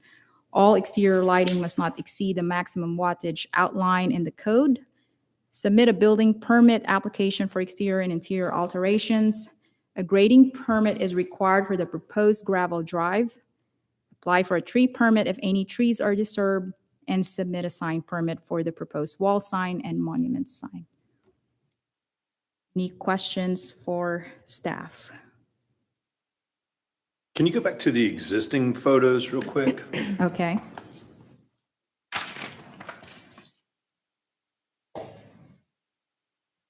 This one? Yeah, right there. Okay.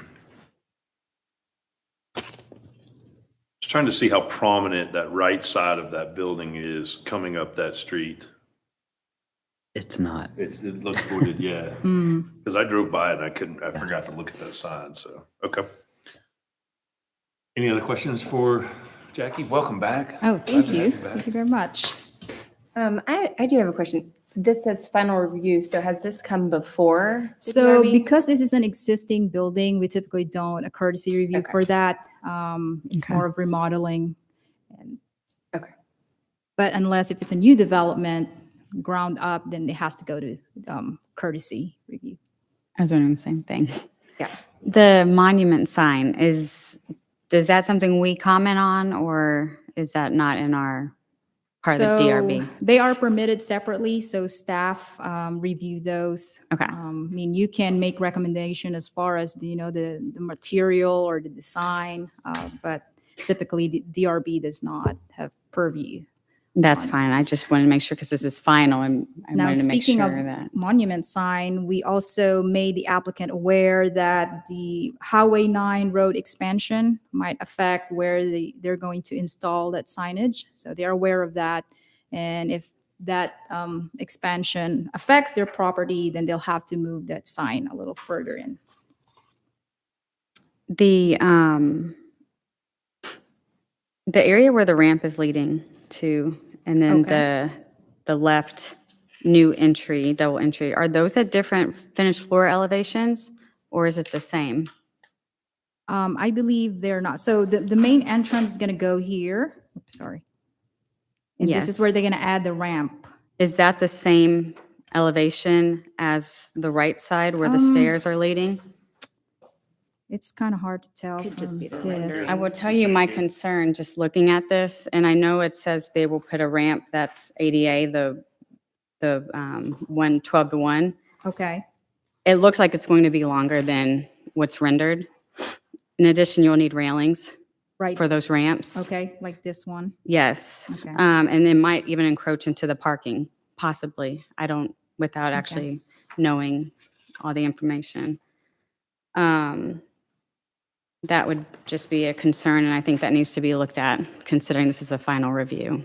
Absolutely. So they go to building permit process, and at the same time, there's also a grading part. So they're going to look, staff were definitely going to look at that. Okay. That's a good, comment. Maybe if you want to put that as a condition, Okay. All right. Also, will there be lighting above that covered porch where the stairs lead into? That will get really dark if not. There's 2 proposed lights, gooseneck lights here. What about underneath, though? And then you have there's a light with cones, I believe, that's inside, which I don't think you can see it from this image. It looks like there may be one. Okay. Because I believe per code, you need to have a certain foot candle Yes. above each. So that would be another concern for the new entry as well, if maybe they can tuck a light under that awning. Okay.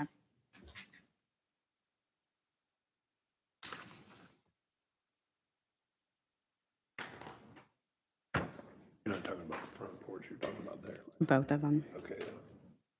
So the light that you just mentioned is to go under here? Yeah, just a awning? little Okay. small. A lot of times they need, because that gooseneck, I don't know, it may be fine, but that gooseneck will be covered by that awning. Yeah, the gooseneck is probably more for the signage. That's what I was thinking. Okay, what other questions for Jackie? I think it looks good architecturally. The stone is painted? Lime wash. Yeah, okay, Right, yeah. perfect. Okay. All right, thank you, Jackie. Thank you. Would the applicant please come forward?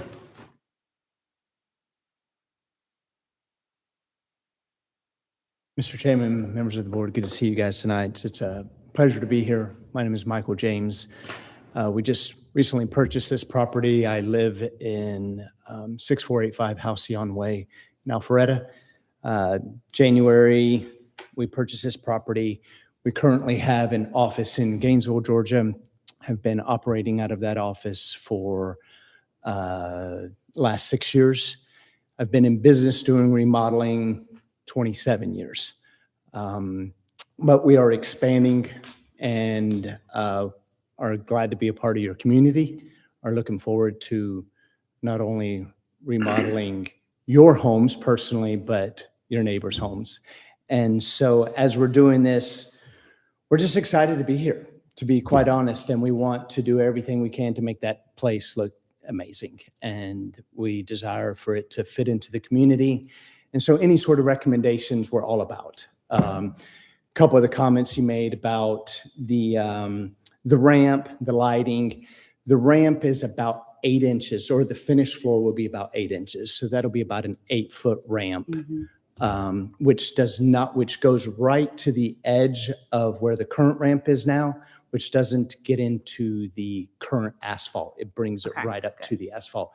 Little deceiving, but it's right at 8 inches. Okay. And then on both of the porches, we'll do can lighting up in the ceiling. These sconces are just typically for the looks, not going to provide much lighting at all. But we'll do just some can lights up underneath the porch to create plenty of light there at the porch. But outside of that, I'm open for any other suggestions or feels or thoughts.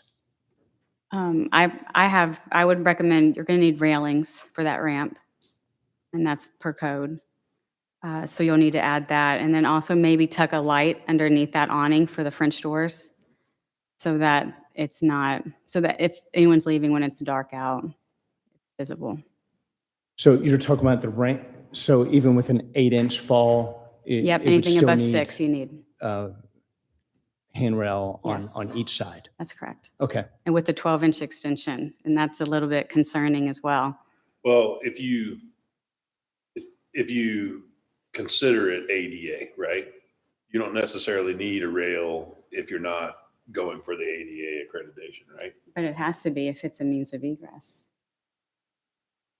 It has to be ADA.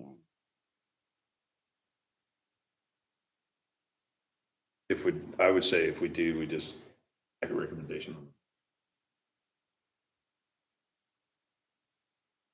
I mean, the permit process they'll The plan permit it review, correctly, yeah, right? they should catch that. That's correct. During the building permit process, building official will look at compliance as far as the ADA. Then what I would say is just Yep. here, if they're required to do the. Okay, If they're required to do a railing, they are required. Yeah. If it's above 6, they would be required. but we can make a recommendation on the type of railing? It'll have to meet the standard, but It would they have can to do be it ADA out of wood, or they yeah. can do it out of. Oh, so there's no recommended, I don't how it know. looks? Well, I don't know anything about that. You know, to be honest, I've never seen a wood railing. Well, you can do a wood rail with like a iron, Yeah. graspable handrail, right? Yeah. So you Sure. can Yeah. do for the fall protection, and then you do a graspable handrail to make that ADA.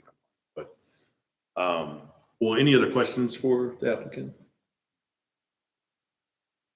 No, I'm okay. Thank you. All right, Thank you. cool. Thank you. All right, seeing no more questions for the applicant, I will open up for public comment. We have none. I will close public comment, board discussion. I just think it needs to be, my main concerns would be, obviously, they addressed the ramp. They said it would be 1 to 12. But then it would need to have railings. And then we just need to make sure that those entries are lit.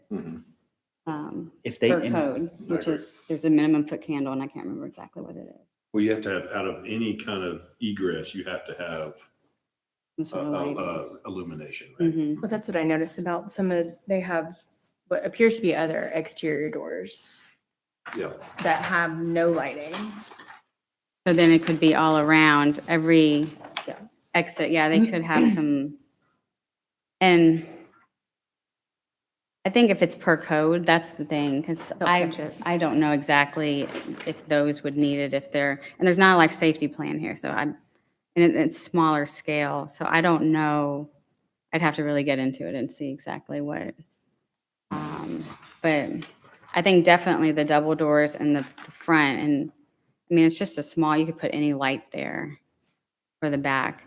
Really, it's safety for the employees too, more than anything, so I think we recommend it no matter what.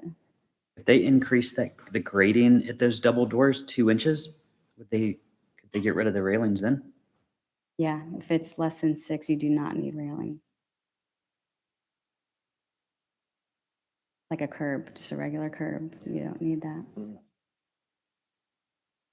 I did not know that code. Thank you. Okay, so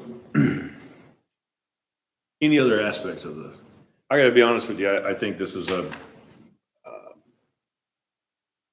it's a great job on this.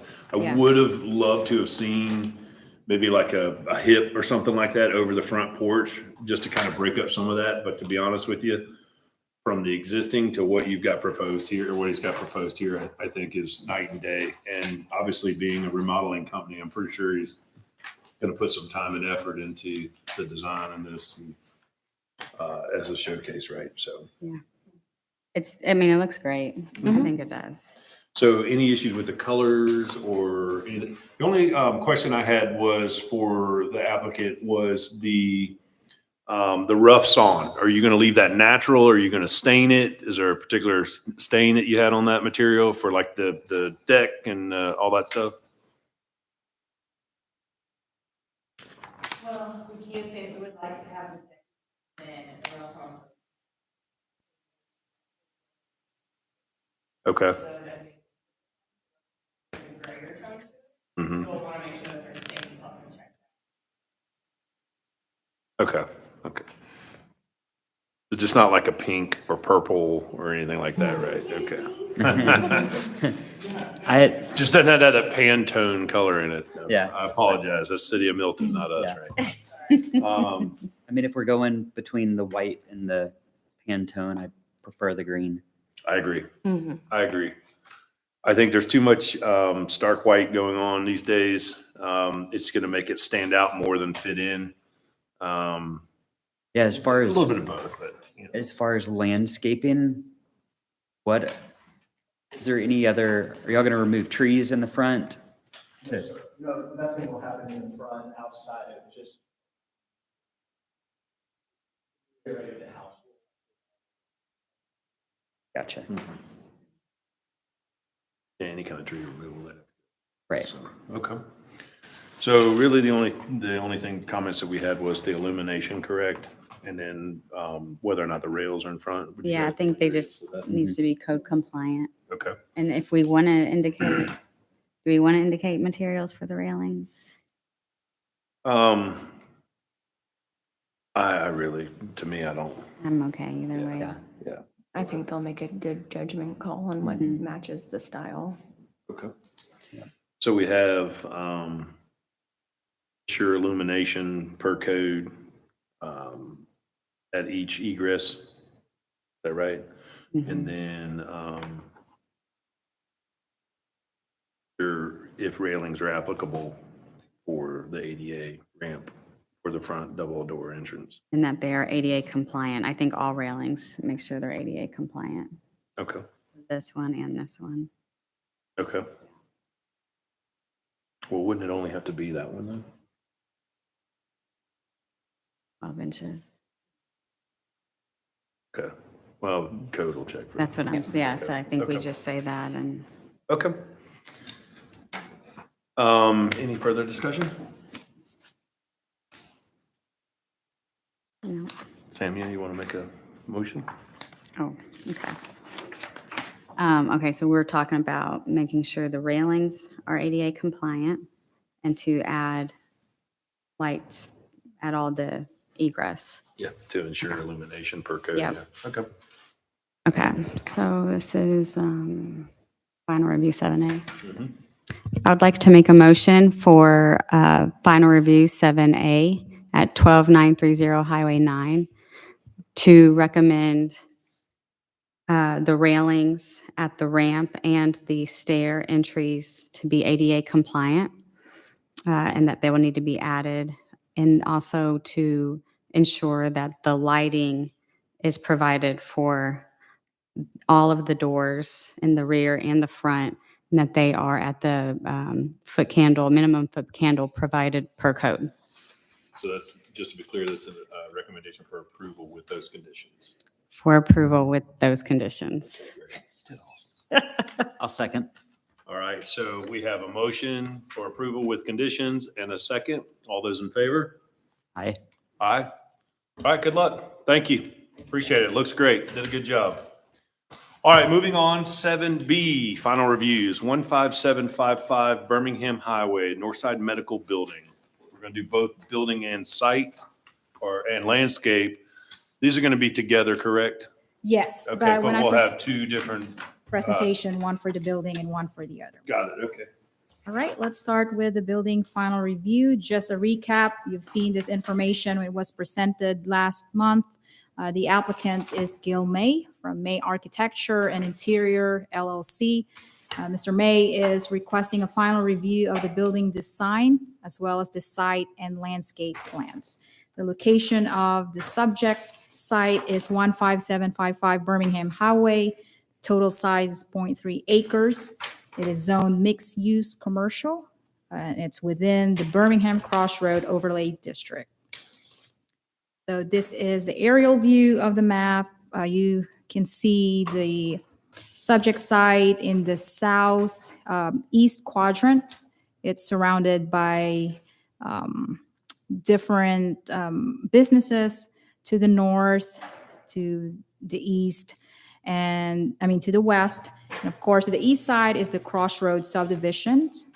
And there's also the Birmingham Park and the Fire Station 43, which are all public facilities. So just a recap of what happened. The proposed building design was presented as a courtesy review during the March 4th DRB meeting. Staff determined that the building plan met the design standards outlined in UDC Article 6, Birmingham Crossroads overlay. And at that time, the board unanimously recommended the approval of the building plan to the Community Development Director with one suggestion that the board suggested considering a candle-style light fixture similar to adjacent commercial building. The applicant submitted not a revised plan, but the exact plan of what was previously presented. No changes to what was presented to the March 4th DRB meeting. And as far as the board's suggestion of the wall sconces, they respectfully decline the candlelight fixture and stick to what they initially proposed. This style of scones matches the overall architectural style as well as the color palette of the building. I show again the type of materials and finishes that they've proposed last time. Nothing has changed. You have the natural stone veneer for water table, standing seam, metal roof, aluminum clad for doors and windows, natural wood for trim and brackets, and the 3 different paint colors for fascia and soffit and the main building paint.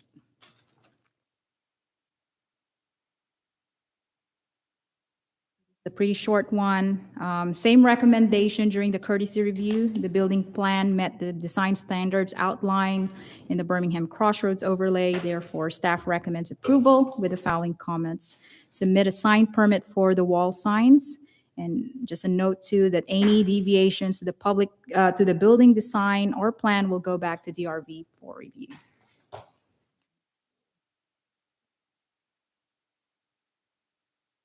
Questions for staff regarding the building plan? No? Okay. Thank you. Right. I guess let's go ahead and make a motion for the building plan. Okay. Well, do I need to go through public comment and all that stuff too, or Yes. let the applicant come up? Okay. All right, so 2 parts here. I will let the applicant come up, and if you've got anything to add to that.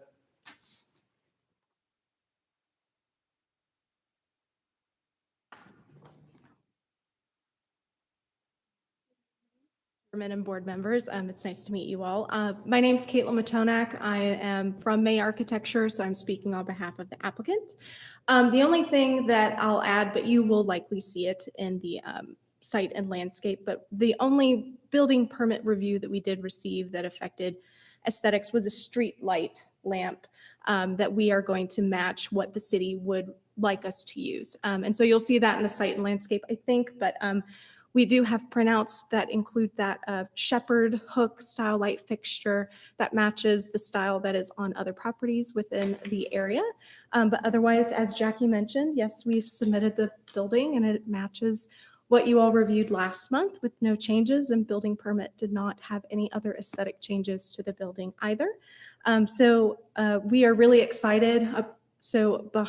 On behalf of the owner, Northside, Stonemont, and RTG, the owner's rep, we are all really excited to get this project started and really appreciate your review and your time. Thank you. Great, thank you. Any questions for the applicant?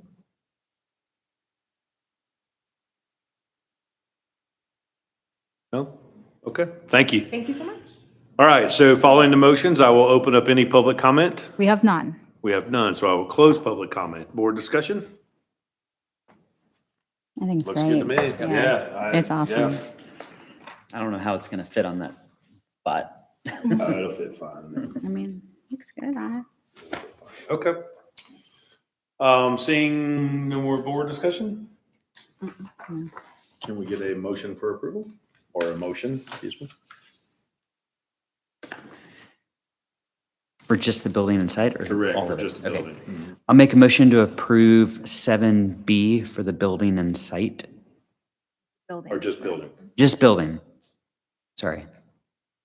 Well, it says building and site landscape plan. Well, we're Yeah, gonna do. we're so just we're doing gonna it. go We're gonna through this separate and then it, we'll sorry. do it. Okay, so I'll make a motion to approve 7B's, Northside Medical Building only plan as presented.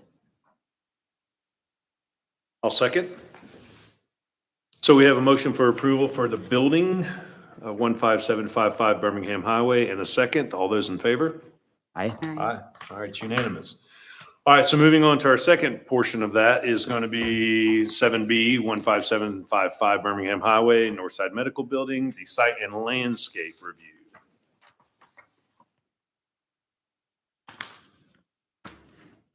That light pole. Okay, here's a background of the site and landscape review. A plat and LDP were approved for the Crossroads at Birmingham development in 2020. So that plat and LDP is for the entire development, which includes some residential lots and the 2 commercial lots facing Birmingham Highway. The applicant also submitted an LDP permit application for the subject commercial lot, and that's the one that we're going to review for tonight. So some existing conditions of the site. The total acre is 0.3 acres or 13,091 square feet. Let's talk about the grade, mostly flat level ground surface, but it slopes gradually from here to the front. It's something that the applicant will probably let us know, like what's the slope is. Is it 4 feet or 5 feet from that level ground surface? There is an existing sidewalk that's already in place, as well as existing parking pad and curb and gutter.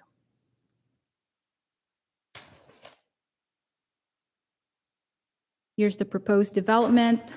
They're going to construct a 5,278 square feet medical office building. Landscape will be provided, at least 6-foot landscape strip. There's also a concrete pedestrian around the building. 23 parking spaces will be provided, which includes 2 ADA spaces. There's also 6 landscape islands next to 5 to 6 parking spaces in a row. There will be 5 parking lights, and as the applicant earlier mentioned, it's going to match the standard Milton street lights, the Lomic Domus or similar lighting standard. You have a modular wall around the transformer, where my cursor is. It's hard to see, but it's in there. And then they will also provide screening around the mechanical equipment. Lastly, there's a monument sign to the north of the building. Here's the proposed landscape plan and the plant material schedule. It's a variety of trees, shrubs, and ground covers or grasses will be planted. As far as the trees, you have 5 redbud that will be planted along Birmingham Highway, and the rest, the 9 oak trees will be planted in the interior driveway and also some on the parking island or landscape island. And there's also a variety of shrubs that you'll see will be planted around the building. So we look at the site and landscape plan and the applicable standards. So there's 3. We have the Birmingham Crossroad Overlay Development Standards. We have the parking requirements and the parking lot layout and design. And you also have in your staff report, we have a table or a chart that shows all the development standards and what they're proposing. If you have any specific question on that, I'd be happy to answer those. But, you know, staff recommendation in this is approval. It met the standards, but we do have following comments to the applicant. to make sure to include a recent as-built survey in the revised LDP per the site engineer's comment. What we have on file or what was submitted to us was a version that is a survey done in 2022. Also, another comment here is to include the photometric of the site in the LDP, and then submit a sign permit application for the proposed monument sign. And then, of course, any deviations to the site and landscape plan will go back to DRB for review. Any questions for staff as far as site and landscape? Thank you, Jackie. Thank you. All right, as going through the motions, if we can have the applicant come up one more time, if you have anything to add? Okay.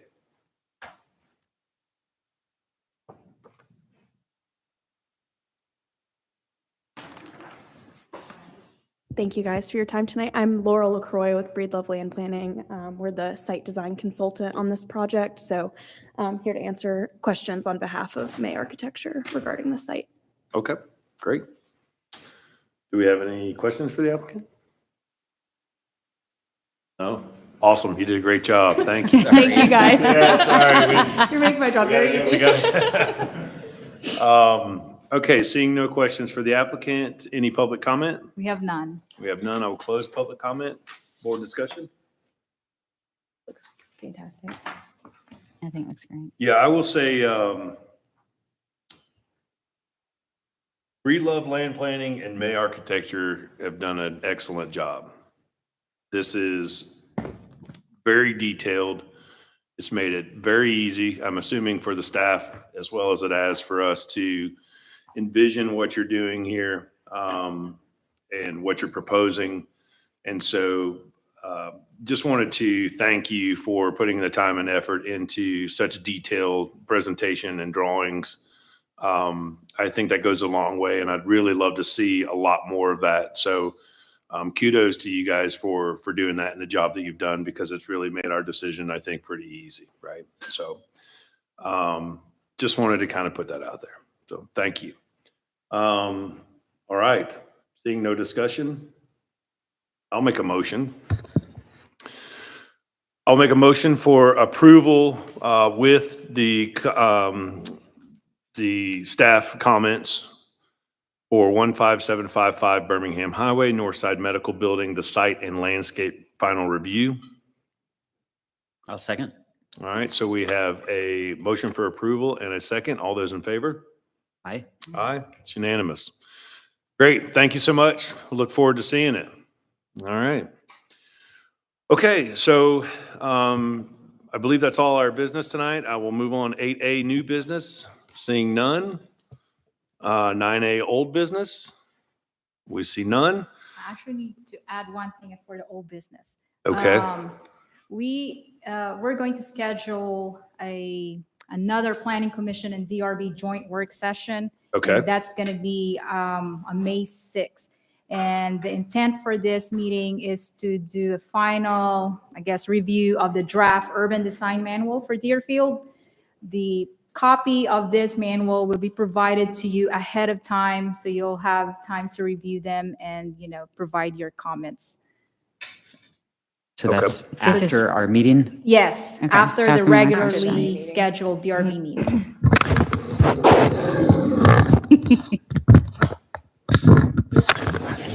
We're getting close. Can I make a motion to adjourn? Yes. Wheels are falling off. Well, seeing no more new business Or old business. or old business. Okay. All right. Make a motion to adjourn. I'll second. All in favor? Aye. Aye. All right. Thank you. So